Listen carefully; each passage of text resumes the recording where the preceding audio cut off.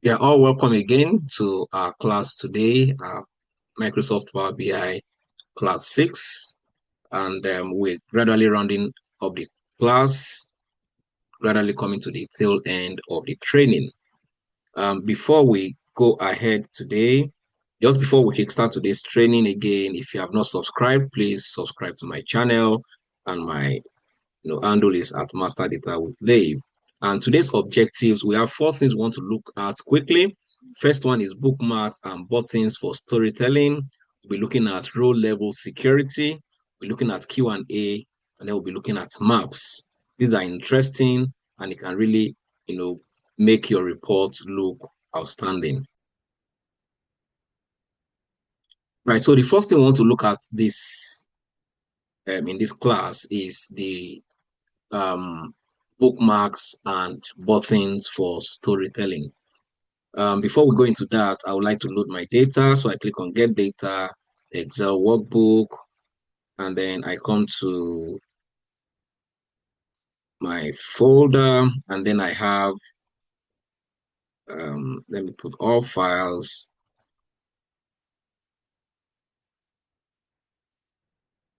Yep, that's it. And then it's coming up gradually. Right, so I can see the preview. I'm fine with that. I just click load. And then, yep, my data is being loaded. Yep,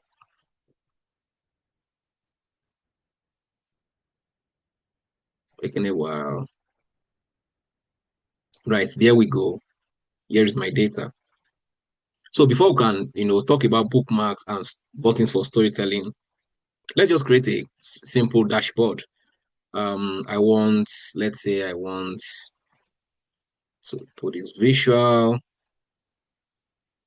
and I want to say, I want the region, and I want the salary. Okay.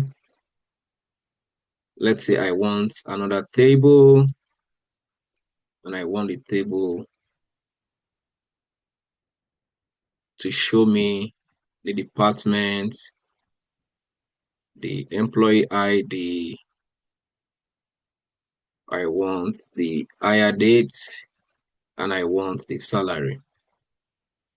Then I want the region. Okay, right. I can reduce this. Let's say I put this, just move it a bit.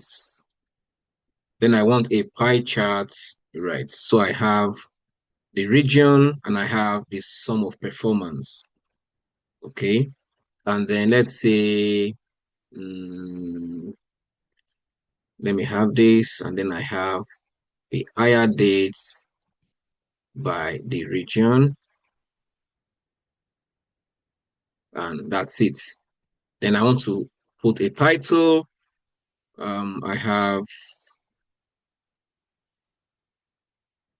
Let's say I want to call it HR Data May 2025. I want it centralized. I want to increase the font size to say 40. I have to highlight it first and then change it to 40. Then I want to make it bold. And I want the color to be, yeah. So that's done. Okay. Now let me come to let me just reduce it a little bit.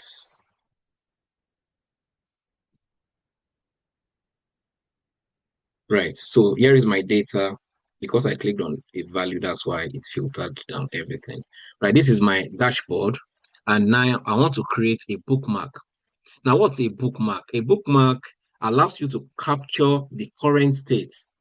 Like you filter down your report to say just the north region or the south region. I want to save that particular filter, that particular, page like that, so that anytime you click on the bookmark, it brings you straight to that place. And then you don't have to start, filtering again. So it allows you to capture the current state of a report page, including filters, slicers, and visuals. So it saves you the stress of you are going for a meeting, and then it's just for the notes performance meeting review. And then you don't have to be filtering and saying, okay, I need to filter it by note and this and this and this again. No, you just make it, you just click on the button and then it brings out the report for the notes. You click on the south, it brings out the report for the south, and like that. Okay. So let's say I want to even replace this. I want to remove this. I want to put a card. Let's say I want to put a card that shows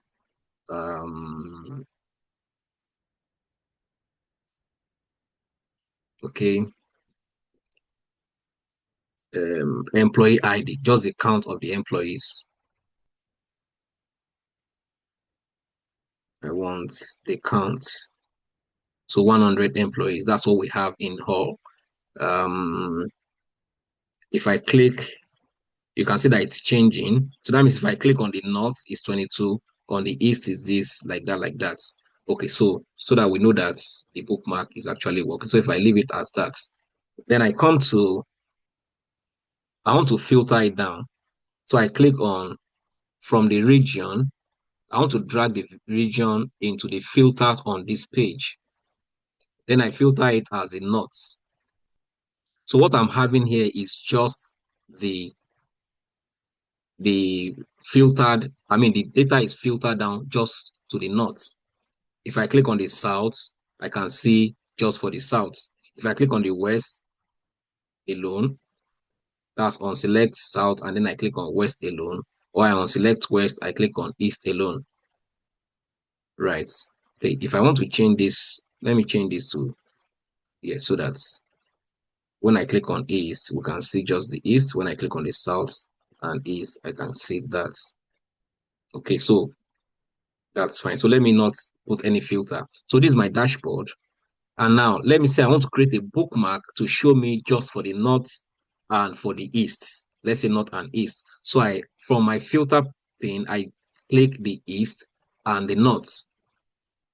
So if I look at my table, what I can see is just the east and the north, right? That means if I'm going for the review meeting, I can show them this page, but I don't want to come back and filter it again. So for me to put a bookmark, I just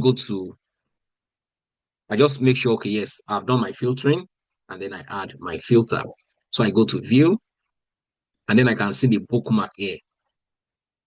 So if I click on the bookmarks, we can see the pen here, and then I have hard. So if I click hard, so this is bookmark one.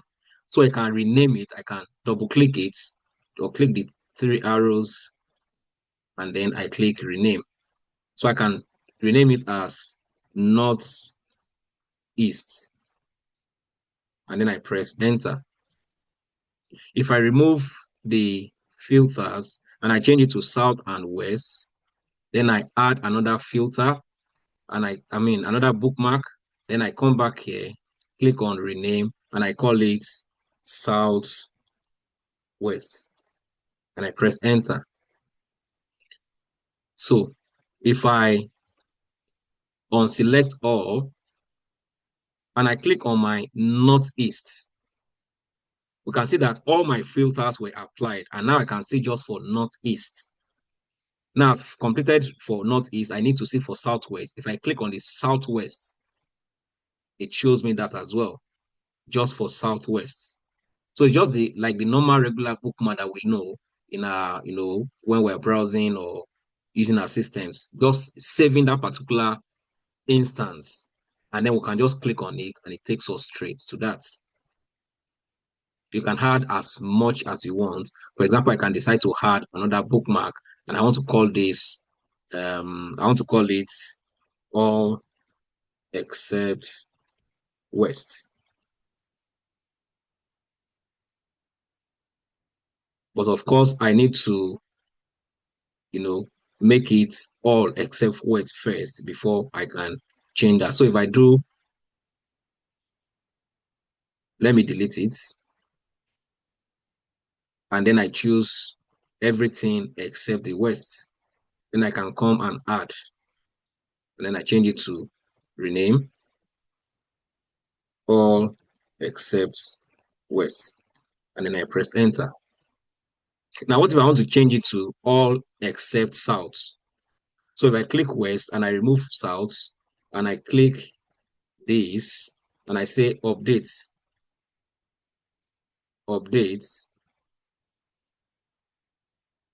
let's say I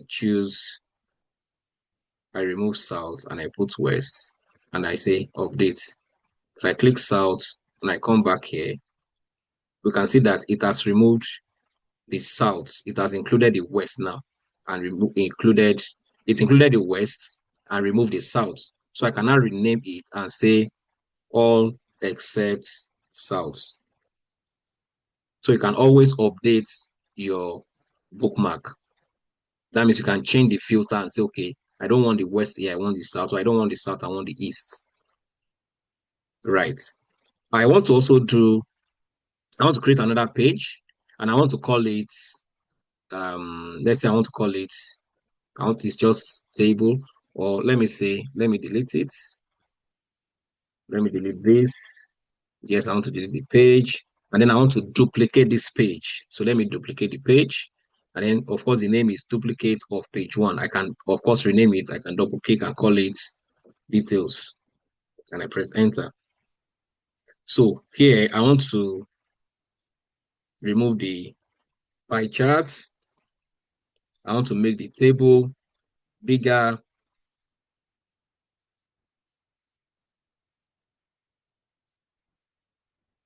I want to delete this. Just press delete. And then I want to make this to fill here. Then I want the entire data. So let me say I want it in order. So I want department, employee ID, hire date, name, performance, region, salary, and then yes. Right. So this is my details. Everything is here.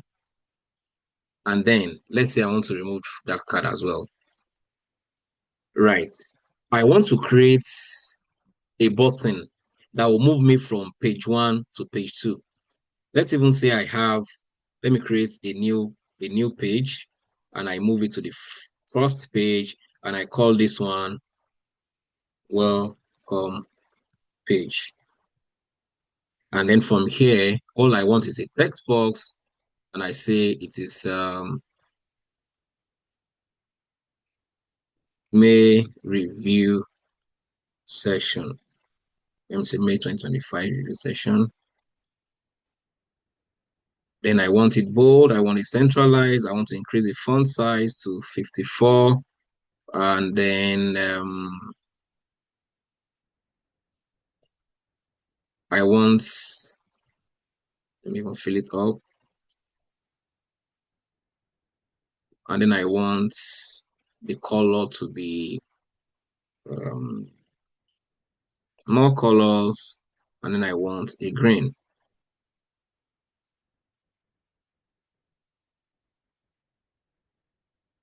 Oh no, let me choose a lighter color. And that's it.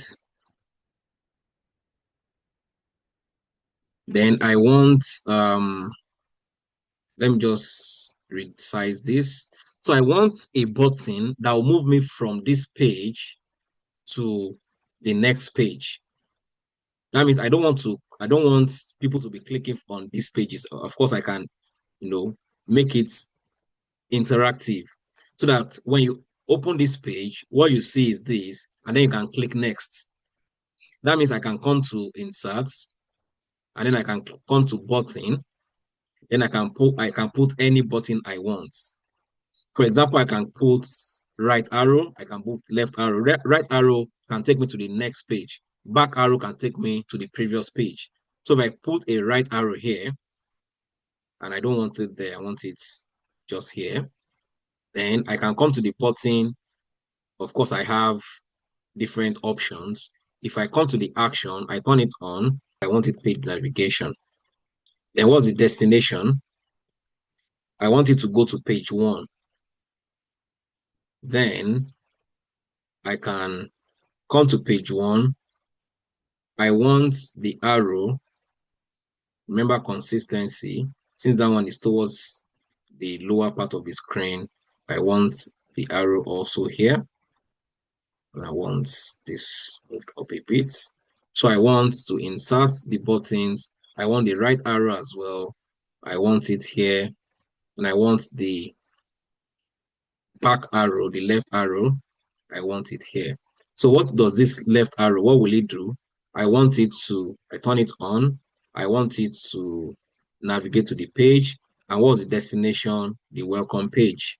What of the right arrow? I turn it on. What's the action? Page navigation. And what's the destination? Details. Then I come back to the details page. All I want is just, I click on button. I click on back arrow. Then I bring it back. Then action, turn it on. I want it to navigate the page, and the destination is welcome page. Of course, you have other options. You have the style and just anything you want. You can put a text if you want. For example, if you come to the button and you see a text, you can add a text and you can see it back. You can increase the size, make it bold, and then you can change the font color, just as it works for you. Here is the fill. You can change the fill to a blue, or you can change it to deeper blue, a purple, whatever works for you. And then that's it.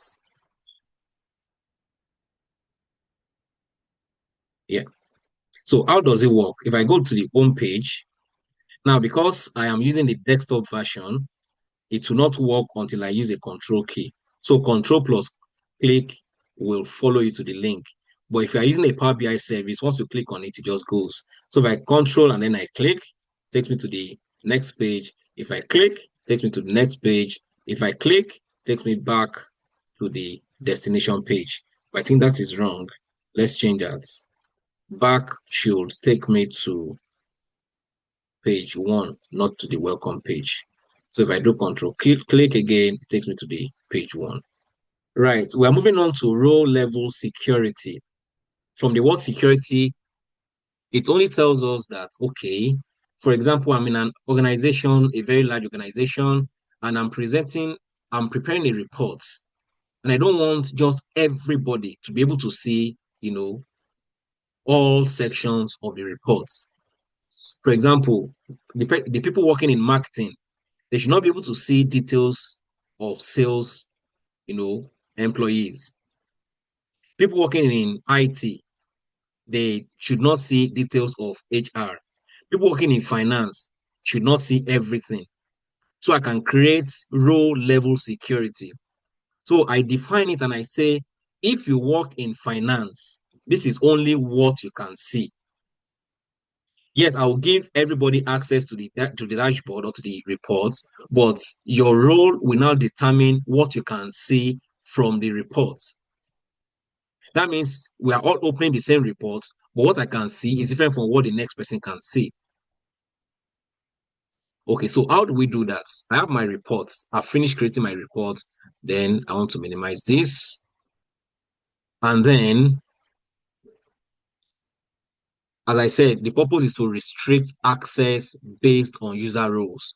So that means your role determines the access level. Right, so I go to modeling. Of course, we have file, home, insert, modeling. And under modeling, I can see manage roles. Manage roles. So I click manage roles, and then I want to add new roles. Now, before I add new roles, let's look at our data. So before I create my role level security, I come to my data and I look at it. Okay, how can I create it? What parameters can I use, to sectionize my data? let's say I remove everything and I can see all the regions. So is it good for me to create it by region or by department? Okay, let me say by department, right? Okay, so I want to create my row level security based on the department field. So I come to manage roles and then I add new role. Now, what do I want to call it? I want to call it, I know I have HR. So I have HR and then I press enter. Then what is I want to click, of course, this is a table. This is the role. This is a table. And then what is the filter data? I can switch to DAX editor. But for those that like graphical user interface, just click and drag, click and drag. It's easier if you don't want to, bother yourself with codes. So just click on new. So what is the colon?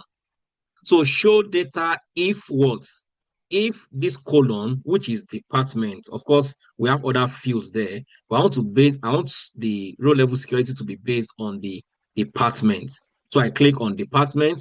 If department equals to what? HR. So if the department is HR, then you will view it as HR. The value will be what? HR.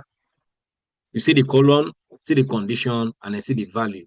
So if I click save, and you can actually switch to DAX editor. So the department is equals to HR. So switch to default mode, and then you click save. So you have successfully applied row changes. Let's say I want to add another one, and I want to call that IT. I press enter. Of course, you can duplicate, you can delete, you can rename. This is a table. I have just one table. So if I have multiple tables, I can select from them. Then I can add the filter data. So if the department is equals to, so the department is IT, so that's what I'll be able to see. Then I click save. Then I click close. Now, it looks like nothing has happened or something has happened.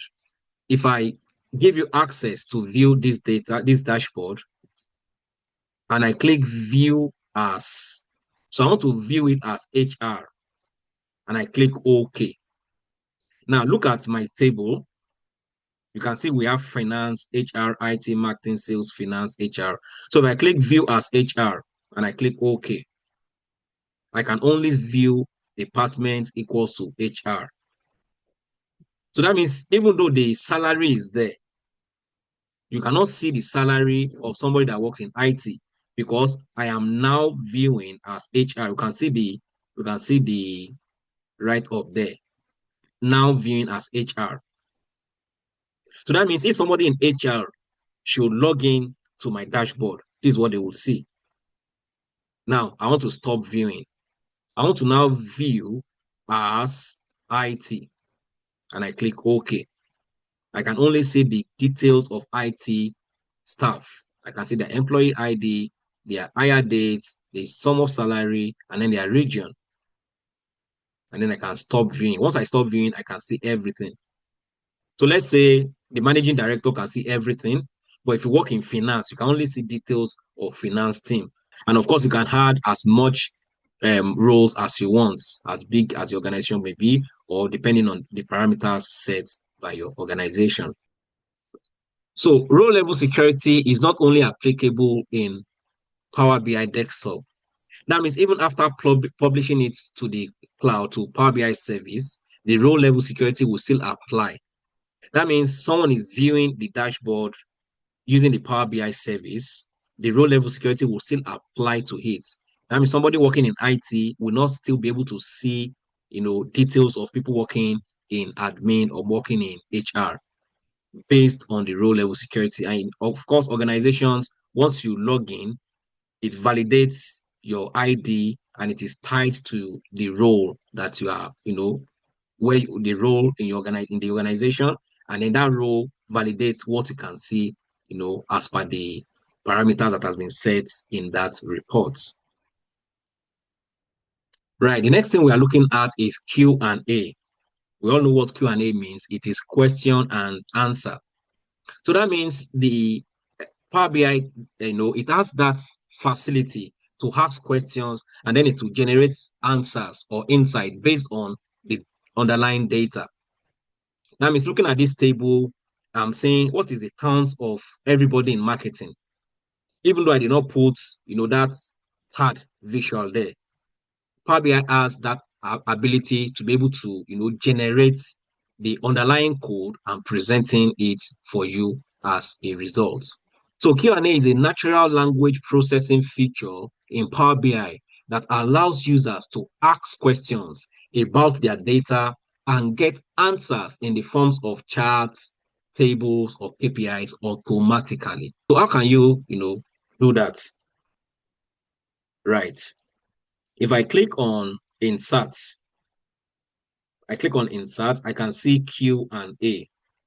So if I click Q&A, so it's preparing Q&A. Now let me move it up a bit. So what is the question? I want to count employees in IT. Now you can see the suggestion that Power BI has brought up. Count employee in IT department. My in is not correct. So let me correct my in IT departments. So count employees in IT department. If I click that and it is counting it and it says it's 11. So let's double check and be sure that this is actually true. If I put a filter in and my filter is the departments and I click on IT. So let's count 1, 2, 3, 4, 5, 6, 7, 8, 9, 10, 11. So that's correct. I can even add a card visual. Let's say I click outside of it and then I click a card visual and then I put the employee ID in it and then I change it to counts. So you can see that it is actually correct. What if I say department by salary and I say go? Showing results, department sorted by total salary.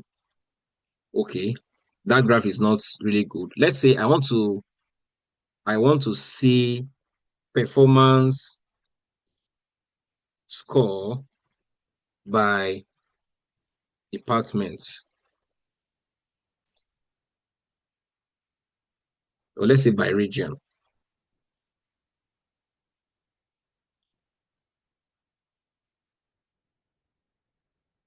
And I want pie charts.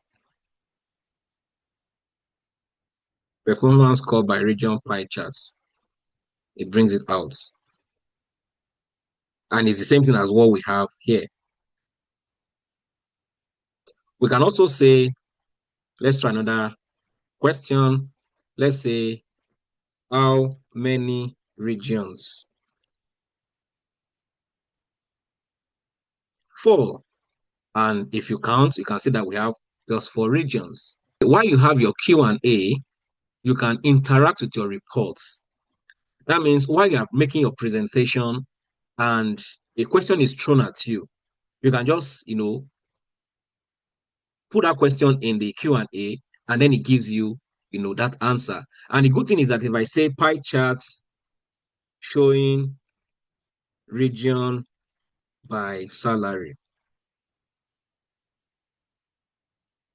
I can copy this and paste in maybe in my visual, in my PowerPoint, or even in my Power BI.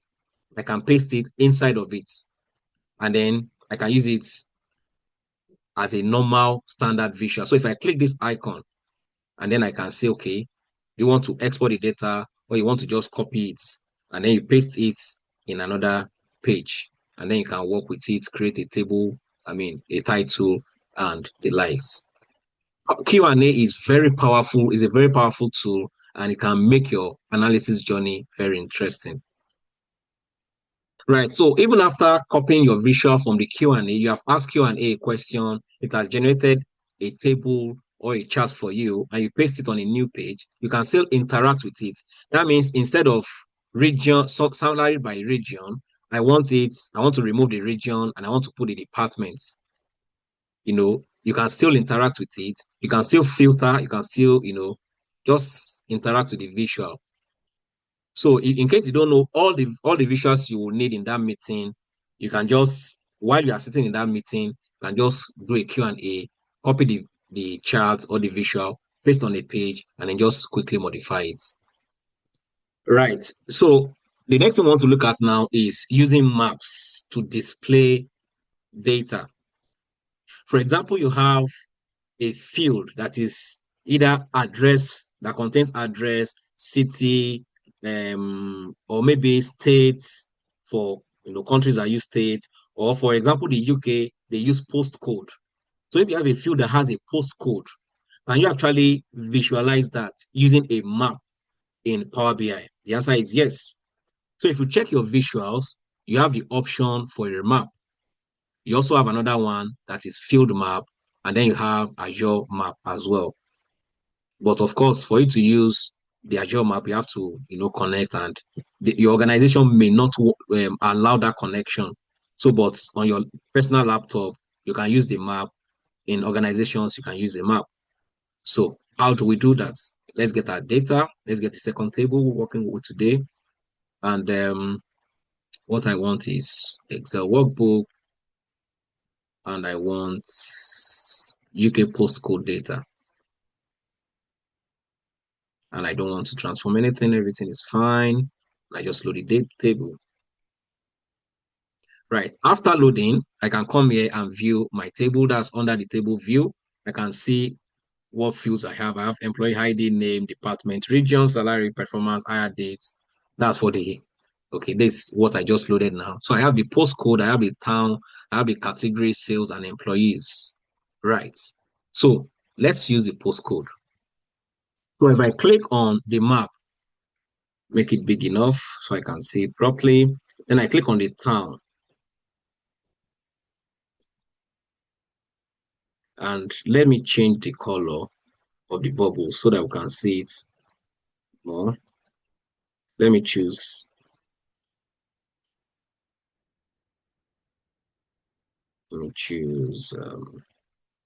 Right, I'm choosing the black. So we can see the bubbles on the map showing different locations based on the field, which is a town. So if I choose sales as well, now the sales, I go back, we can see that the size of the bubble is now dependent on the sales figure. So the bubble size, I have the sales figure, and then the location, I have the town.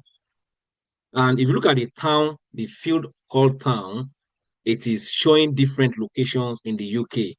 So the map is able to interpret it.